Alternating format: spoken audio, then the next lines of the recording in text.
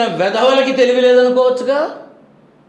అంటే నువ్వు 10th inter అంటున్నావు, అసలు ఏ ఐఏఎస్ ఏ ఐపీఎస్ తనంతట తానుగా బాధ్యతగా తన డ్యూటీస్ చేస్తున్నారు?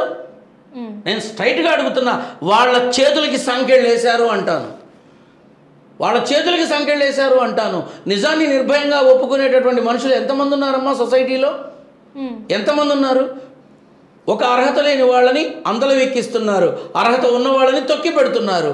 ఎంతమంది అమ్మా? ప్రభుత్వ పరిపాలన ఎవరు చేస్తున్నారు? నామకే వస్తే ఒకళ్ళు ఉంటారు, కష్టపడి చేసేవాళ్ళు ఇంకొకళ్ళు ఉంటారు. ఒప్పుకుంటారా ఇది ఎవరన్నా?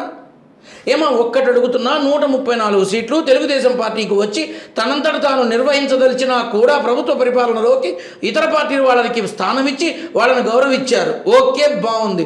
అంటే తెలుగుదేశం ప్రభుత్వంలో డిప్యూటీ సీఎం పదవి చేసే హోదా ఉన్నవాళ్ళు లేరా? నేను ఒకటే అడుగుతున్నా.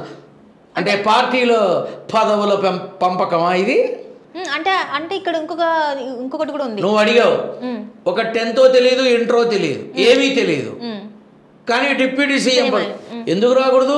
బీజేపీ నరేంద్ర మోడీ సపోర్ట్ ఉందని రావచ్చుగా, మెగాస్టార్ చిరంజీవి తమ్ముడు కాబట్టి రావచ్చుగా, 10 ఏళ్లుగా జనసేన పార్టీని నడిపించిన నాయకుడిగా రావచ్చుగా, ప్రజల అభిమానాన్ని చూరగొన్న కథానాయకుడిగా కావచ్చుగా.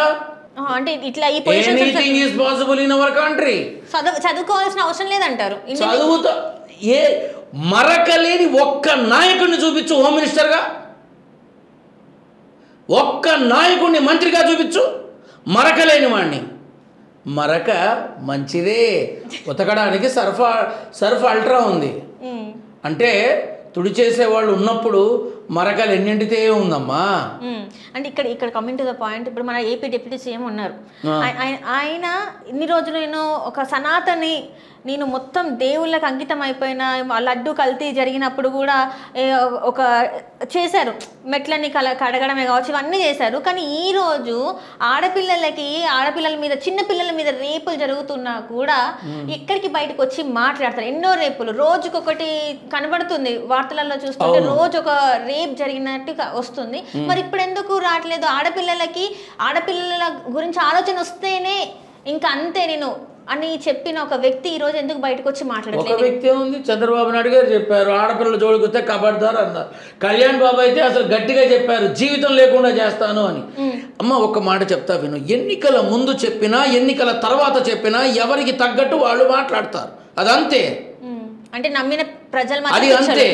ప్రజలు సరే, నేను ఒక మాట చెప్తాను, వాళ్ళకి పదవులు దక్కలేదు,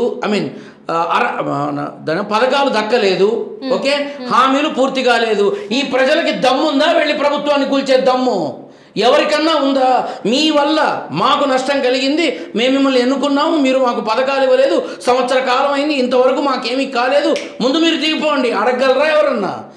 ఎవడికి రావలసిన ముడుపులు వాళ్ళకొచ్చి వాళ్ళు తీసుకొని వెళ్ళి ఓటు గుద్దేసి వచ్చిన తర్వాత మనకెందుకు లేనని నిమ్మకి నీరెత్తి కూర్చున్నప్పుడు ఎవడు మాత్రం ఆలోచిస్తాడమ్మా పథకాల గురించి?